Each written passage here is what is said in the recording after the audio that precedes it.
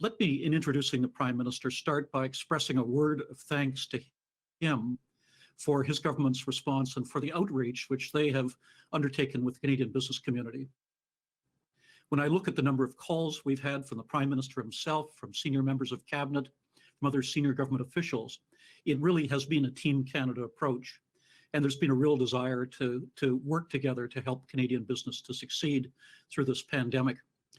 The government has rolled out a wide range of programs. Sometimes those programs have fallen short. That shouldn't be surprising because we've been literally building the aircraft as we've been designing it and flying in it. And as a result, the government has shown a responsiveness in listening to the Canadian Chamber and to businesses across the country. And they've fine-tuned programs and tried to respond to the needs of Canadian business. So, Mr. Prime Minister, we extend our thanks to you.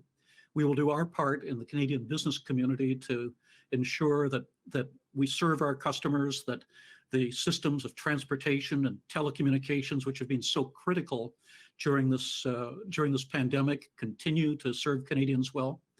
And we will look forward to working with you as we plan for the recovery. Mr. Prime Minister, la parole est à vous. Merci, merci Perrin. Bonjour tout le monde. Merci Perrin pour cette introduction et pour votre leadership à titre de président et PDG de la Chambre de commerce du Canada. Je tiens à saluer tous les gens de partout au pays qui assistent à cet événement avec nous.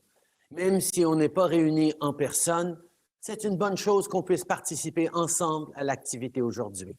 I've had the chance to speak to many of you before in chambers of commerce and boards of trade right across the country. And whether it was in Toronto in 2019 or in Vancouver in 2014, we could never have predicted the way this year would turn our lives upside down. What we did know then, and what we've been reminded of today, is that Canadian businesses have what it takes to succeed no matter what the world throws at you. After all, being a business owner is all about overcoming challenges, getting that first loan, reaching that first customer, making that first big deal. Now, more than ever, we need that innovative attitude. We need people like you who see a challenge and ask not just how to overcome it, but how to turn it into an opportunity. Il n'y a aucun doute que cette crise mondiale rend la vie très difficile pour les entrepreneurs, les travailleurs et l'industrie. Mais avec des gens comme vous qui font preuve d'initiative, je sais qu'on va pouvoir passer à travers. La semaine dernière, j'ai eu la chance de parler avec Paul et Carl de Chez Couleur Chocolat en Gaspésie. Comme pour bien d'autres, la pandémie pose de grandes difficultés à leur entreprise. Mais avec agilité, ils se sont adaptés à la situation, notamment en saisissant les opportunités inattendues qu'ont été l'augmentation du tourisme en Gaspésie et de l'appétit renouvelé pour les produits locaux. C'est cette envie de toujours s'améliorer et d'innover qui fait que les entreprises sont si importantes pour notre économie et nos communautés. Elles nous poussent à toujours mieux faire. Over the last few weeks, I've been speaking with small business owners everywhere, from Louisbourg, Nova Scotia to St. Jacobs, Ontario. They've told me some incredible stories about retooling to make PPE, moving their business online to keep serving their community, and going that extra mile for their employees.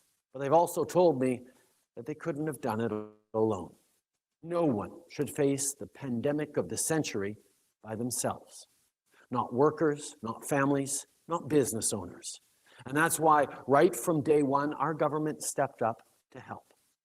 Durant la première vague, on a instauré les mesures économiques les plus importantes de notre époque. Des mesures qui ont aidé des millions de travailleurs et de propriétaires d'entreprises. Maintenant, on entre dans la deuxième vague. Et je sais que vous êtes préoccupés par ce qui vous attend. Mais une chose est certaine, on a été là pour vous durant la première vague et on va être là pour vous tout au long de la crise. Earlier this month, we announced that we would strengthen the major programs that have been a lifeline for so many businesses. The extended wage subsidy, covering up to 65% of eligible wages until December, will help keep workers on the payroll. The new Canada Emergency Rent Subsidy will go directly to businesses. And those who've had to close temporarily because of a local public health order will be eligible for an additional 25% support. That brings the total to 90% of rent covered for the hardest hit businesses. To help with other costs, we've expanded eligibility for the Canada Emergency Business Account while increasing the total amount to $60,000. I know that people need this support as soon as possible. So as of today, I'm happy to announce that businesses operating out of a personal banking account can now access STIBA loans. This was a promise our government made to small businesses, and today we can announce that it is available through the larger financial institutions. Over the coming days, smaller financial institutions will also be ready to accept applications. For the other measures, the rent and wage subsidy, will be tabling legislation soon. I hope parliamentarians will support the swift passage of this critical new help for small businesses. There's a reason that the plan we laid out in the throne speech includes working with you as a key pillar of our approach. There's a reason we committed to support job-creating businesses through this second wave and beyond. Businesses, especially small businesses, are the lifeblood of our communities and the backbone of our economy. So in addition to measures like expanding STIBA and extending the wage subsidy, we'll also improve the Business Credit Availability Program and introduce further support for industries that have been hardest hit. Cette pandémie est difficile pour tout le monde, mais elle est pire pour certains. On ne peut pas laisser cette crise faire régresser les progrès réalisés pour les femmes, autant à titre de travailleuses que d'entrepreneurs. C'est pourquoi nous investissons pour offrir du soutien aux entreprises dirigées par des femmes par le biais du Fonds d'aide et de relance régionale et nous accélérons la stratégie pour les femmes en entrepreneuriat. On ne pourra pas continuer d'aller de l'avant si l'élan des femmes est freiné. Dans les mois à venir, pour aider les entreprises à reprendre leurs activités et à rester actives, on doit réfléchir et agir comme une équipe. Il suffit de regarder ce qu'on peut accomplir ensemble en prenant l'exemple de l'application Alerte COVID. Plusieurs entreprises l'ont déjà mise en place en travaillant avec leurs employés. Il faut continuer d'aller dans cette direction. Après tout, la meilleure chose qu'on puisse faire pour l'économie, c'est de protéger la santé de la population. In the throne speech and in the announcements we've made since, our government has laid out an ambitious plan. The situation demands nothing less. But I know some people are asking how we'll make this all happen. I don't have to tell you that low interest rates mean we can afford this. I don't have to tell you that doing less would end up costing far more because it would mean a slower recovery and bigger deficits in the long run. We'll keep doing whatever it takes, as long as it takes, to bridge Canadians and Canada, as well as Canadian businesses, through this crisis. But this is not forever. Beyond the emergency, we'll need to build back better in a fiscally sustainable way. We came into this crisis with the best balance sheet and the strongest fiscal position of any of our peers. And because of the resilience of Canadian businesses and the significant action our government took early on, Canada's recovery has been faster and stronger than many of our allies. Just look at the numbers. 76% of jobs lost at the start of this pandemic have now been recovered.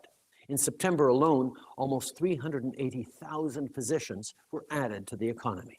We still have work to do, and this second wave is bringing new challenges, but we're on the right track.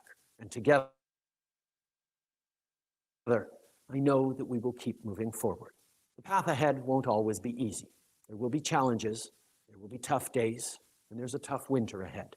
But there will also be better times in our future. Il faut lutter sans relâche contre cette pandémie, et je sais que les gens comme vous sont à la hauteur. Ensemble, on va traverser cette crise. Et ensemble, on va bâtir un Canada plus fort et plus prospère pour tous. Merci beaucoup, tout le monde.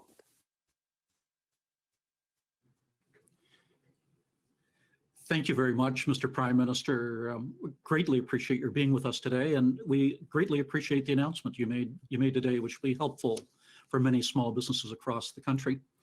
Just before we turn to questions which have been submitted from chambers across the country, I'd like to pick up on a couple of points from your remarks. You mentioned, for example, the Canadian Emergency Wage Subsidy, the rent subsidy program. It's a very good change that's being made to pay it directly to renters as opposed to going to landlords, and we certainly welcome that. But the old program expired at the end of August.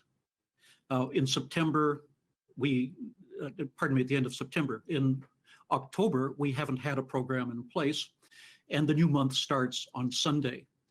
You mentioned that you're hoping to introduce the legislation shortly into Parliament.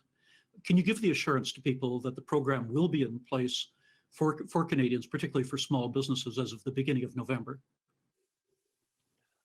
Thank you, Perrin, and thank you for all the conversations that you and I have had and that we've had with chambers across the country in order to get things right. When we started dealing with this pandemic all together in March, we created a lot of different programs and moved very, very quickly to be there to support people as quickly as possible. And as you mentioned, the commercial rent assistance program, which we worked with the provinces on because it's really their area of jurisdiction, even though it helped about 120,000 businesses across the country, we feel is replaced better with something that does go directly to tenants. We've announced that it will be retroactive to October 1st, so it is not, there is not going to be any gaps. But as you know, we are in a minority parliament.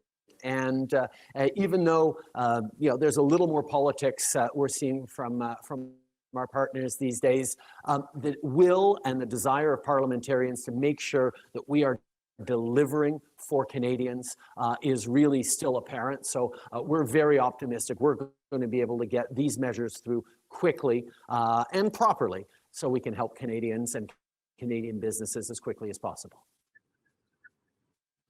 Thank you. Picking up just on one other element of your remarks, you talked about the importance of ensuring that the support programs are sustainable over the longer term and that we're fiscally responsible.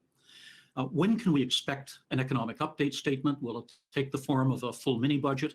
And will there be a fiscal anchor put back into the government's planning?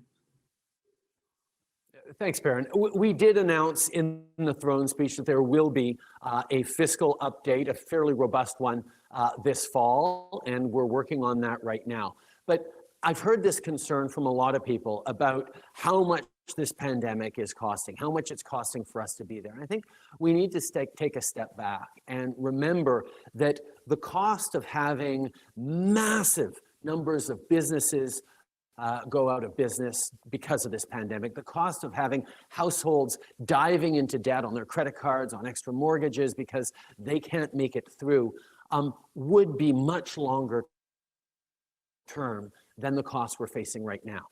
COVID is going to be expensive.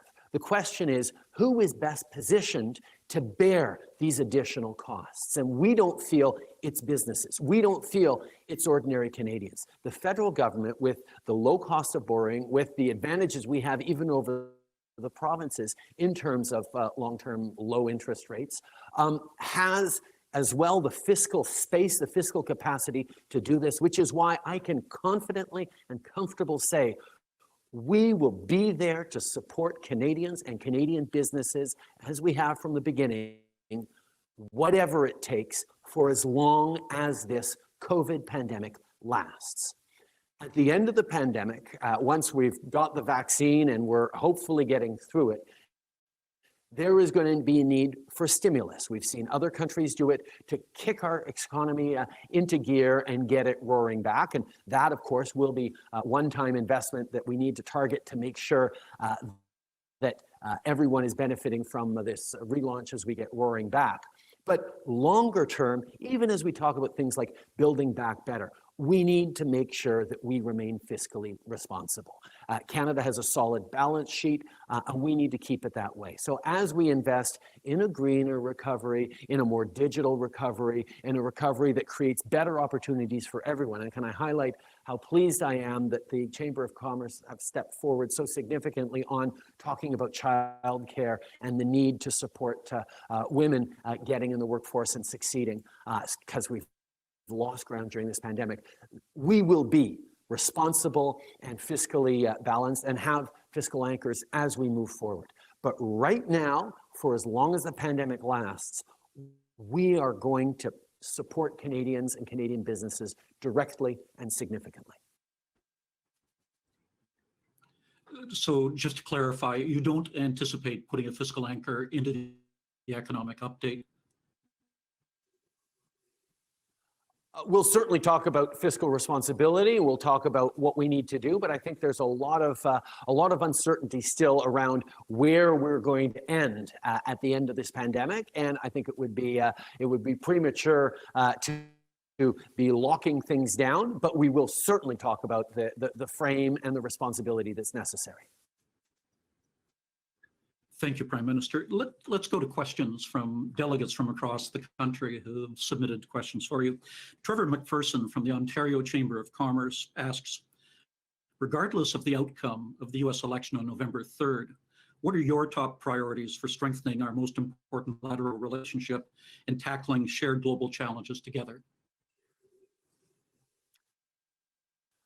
I think we've demonstrated over the past years that defending Canadian interests, Canadian workers, and Canadian companies are at the top of our priorities. As we renegotiated NAFTA to ensure that we were protecting our access to our largest trading partner and ensuring stability for businesses, we did quite well. But more than that, we had to stand up to defend our steel industry, to defend our aluminum industry from unfair tariffs from the United States. And we demonstrated that we were able to get, in both of those cases, them lifted without having to make any concessions. We are continuing to focus on making sure that Americans know how important it is to have a good and smooth relationship in their own interest with Canada.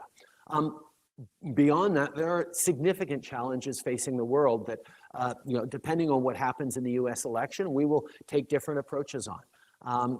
The American administration currently has been fairly protectionistic, but we've been able to work with them to secure NAFTA as we've secured trade deals with other countries around the world. We've seen, Canada is now the only G7 country with a free trade deal with every other G7 country, and access to 2/3 of the global GDP tariff-free. So this is a good thing that we're going to be able to continue, even if the U.S. continues on its current track. If there's a change, I think we've all seen there will be significantly more opportunities around greening the economy, around looking for innovative, forward-looking solutions as we fight climate change. And that's something that we're very committed to as a country. And we'll certainly be glad to do it in partnership with the United States if that's the choice they make in a few weeks. So I think there's lots of different opportunities, and we're going to wait and see how things unfold. But every step of the way, our priority is going to be, as we have been, defending Canadian interests and creating opportunities for businesses, both with the United States and indeed around the world. Thank you, Prime Minister. Let's go to Alberta. Lisa Kowalchuk of the Medicine Hat and District Chamber of Commerce would like to know, what are your government's strategies and plans to increase Canadian competitiveness and business growth over the next 1 to 3 years? Well, I think one of the things that we did, and I just talked about, was signing significant trade deals.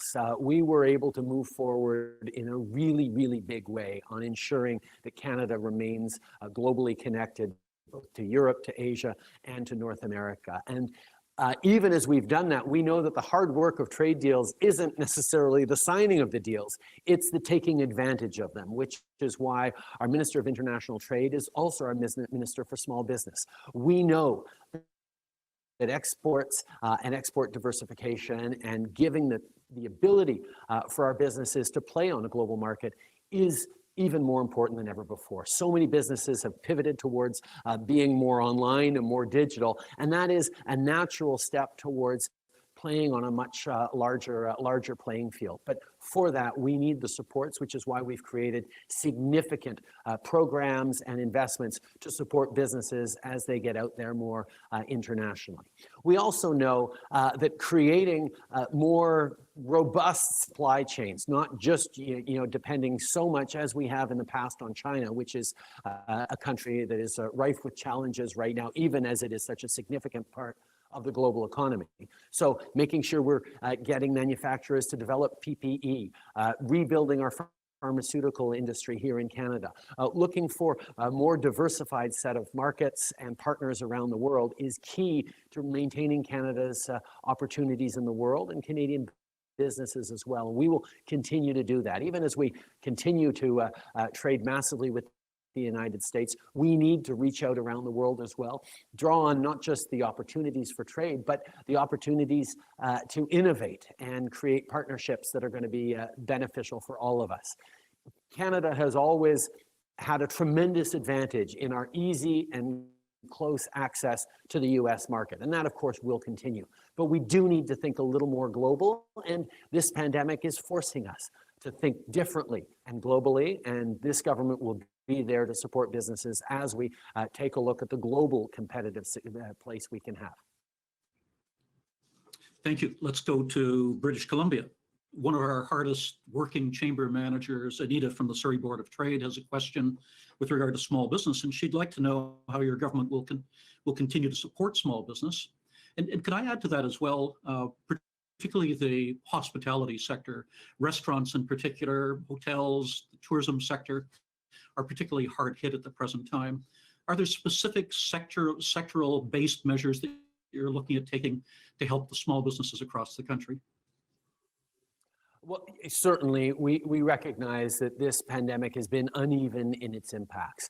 First and foremost on Canadians. As you mentioned, with the service sector, with the hospitality sector, with so many frontline workers being affected, we're seeing a she-cession because women are more represented in many of those areas and industries and jobs than before. So this recession has been very much unlike others in that women are much harder hit, and that's where we need to be really focused on supporting them.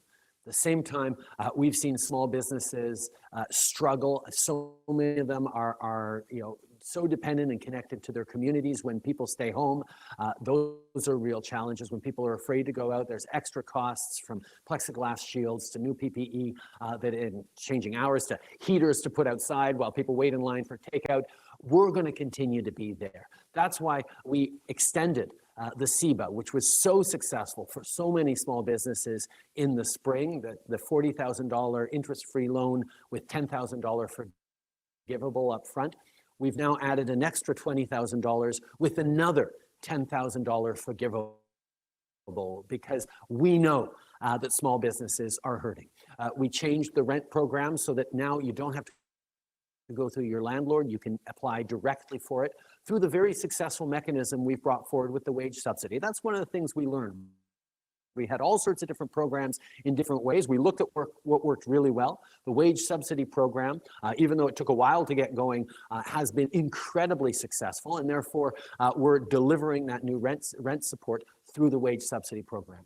In terms of sectoral issues, we know that airlines, that hospitality, that oil and gas, because of the challenge around the global situation and others, are really hard hit. And we're always looking at more to do in a sectoral basis. But our focus is already first and foremost on Canadians. People are asking about, well, when are support for airlines coming? Well, we already delivered more than $1.1 billion to Canada's airlines through the wage subsidy. So we're going to keep focused on individuals, on workers, and particularly on small businesses that, as you know, are such massive employers across the country. So important for our community. And like I said, we've been there for them from the beginning. We will continue to listen to you and directly to small business owners, and we will deliver that support for as long as it takes to make sure that as many as possible get through this. Thank you, Prime Minister. Maybe I could have a follow-on question just with regard to small businesses. We've seen during the pandemic how important it's been for us to have a robust telecommunications system. And yet so many of our small businesses are located in rural and remote areas where access to telecommunication services may be more limited. Does the government have plans to enhance the rollout of modern telecommunication systems into rural and remote areas and to strengthen the whole of the telecommunication system? Yes, absolutely, Perrin. I mean, we've known for a number of years that ensuring access to broadband right across the country is not just a luxury or a nice to have, it's essential. And this pandemic has massively accelerated that. When you talk about kids in rural areas or remote areas unable to plug in online to go to school, and the challenges that that is laying on and the potential for scarring throughout their life, these are issues that we need to address. Small businesses that are discovering, yes, there's a global market that's interested in them, but they can't do it without that reliable internet service is essential. We made massive investments and announcements over the past years, but we've really had to accelerate those. One of the challenges is it's not necessarily the federal government that delivers the bricks and mortar or wires and steel infrastructure that leads to a better telecommunications and better broadband, which is why we're deepening our partnerships with telcos, with large and small, in order to really accelerate the time frame on delivering these investments. We've also made an announcement a few weeks ago with the Canada Infrastructure Bank, a $10 billion announcement that involved a number of different things, including significant acceleration to delivery of high-speed internet to underserved areas. We're basically emptying the toolbox in terms of trying to make sure that everything we can do, including really innovative things around low Earth orbit satellites, are going to be part of the mix to ensure that all Canadians get full connection in the coming years. Three more quick questions from delegates from across the country. Sasha Noor of the Beaumont Chamber of Commerce would like to know how your government plans to invest in agriculture industry diversification, as well as processing plants, biofuel plants, biomass fractionation plants, and the like, so Canada can become more self-reliant while getting its quality goods to international markets. Well, first of all, we've seen sort of those two elements at the forefront. Canadians understanding how important our agricultural industry is, how important our supply chain is in order to get good quality food on our table at a time of incredible stress and incredible uncertainty, which is why we've worked directly with agricultural producers right across the country, whether it was ensuring support for the temporary foreign workers when very few other people were coming into this country, or direct supports that are designed for periods of crisis. Normally it's a bad rain season or too much hail at the wrong moment. This is a global pandemic, but it is not the fault of our farmers, and that is why we are there to support them. On top of that, you mentioned the clean fuel standards. As those come into play, there's going to be a tremendous opportunity for biofuels, and I know a lot of agricultural communities are very excited about us moving forward on that. The other things we've done, that protein supercluster that we started has pumped hundreds of millions of dollars towards developing an area that is rife for not just Canadians, but opportunities for around the world as well, as Canada is a leader in plant-based proteins and will continue to be, and I'm excited about those partnerships that have come through. And then finally, on the infrastructure bank, we also saw significant investments, around $800 million, I believe, towards improvements in irrigation in Alberta, and more to come across the prairies, where quality and reliability of water for irrigation is going to be essential moving forward. So we have been there for our agricultural industry. I was very pleased also to announce in the throne speech that we're going to move forward with the Canada Water Agency, which will be there to replace the Prairie Farm Rehabilitation Act that actually administration that was shut down by a previous government. We know how important managing water is in our prairies, particularly at a time of global uncertainty and climate change. So these investments will go a long way towards ensuring a brighter future for our farmers. Let's go north. Rene Como of the Northwest Territories Chamber of Commerce asks, during the pandemic, it's become clear the disadvantage that the Northwest Territories, Yukon, and Nunavut are operating under compared with the rest of the country. What proactive measures will your government make as a priority from the Northern and Arctic Policy Framework? Well, there have always been real challenges around economic development in the north, particularly around the sense of distance and being cut off from the rest rest of the South and rest of our economy that had certain advantages, but also real challenges. Well, during this pandemic, the fact that we took as a priority the protection of our vulnerable northern areas and peoples and communities that don't always have the kind of access to services or healthcare or affordable housing that is not overcrowded was made. So there was even greater cutting off of our north, which had real challenges, which is why we made direct investments in supporting the airlines so that there could be regular service to the north still, even though there were very few passengers, but for goods, and that was really important. We also made real investments in food security because we know that in the best of times, a liter of milk is incredibly expensive in our northern stores. Making sure that we're able to support people in their food security was essential. But I had a roundtable just a couple of weeks ago with the NWT in Yellowknife, and the big issue that was brought up was housing. We know that there is a significant need for investment in infrastructure in the north, particularly on housing, and that's where we are stepping up because it's, housing is a problem, yes, but it's also a solution. And being able to deliver more access to housing, quality, low-cost housing, are the kinds of things that you can build an economy around. And that's why within the Northern and Arctic Policy Framework, we're working very, very closely with the governments of the territories, with Indigenous partners, to give life to the priority that they've all laid out, which is nothing about the North without the North. We will continue to work with them on growing their economy and creating opportunities. Prime Minister, final question is from Larry Gibson of the Grand Prairie and District Chamber of Commerce. He would like to know where you see the oil and gas industry going and what role you see the industry playing with regard to energy transition and the general economic contribution to our country. Thanks, Perrin. I think we all know that the world is changing rapidly, and the push towards lower carbon emissions, decarbonization by 2050 is something that investors are looking at. The ESG investment movement is only picking up steam. And we know the world needs to take seriously this other crisis that is climate change. On top of the crisis that is coronavirus, which is a much more immediate one, but the climate is a long-term and very serious one as well.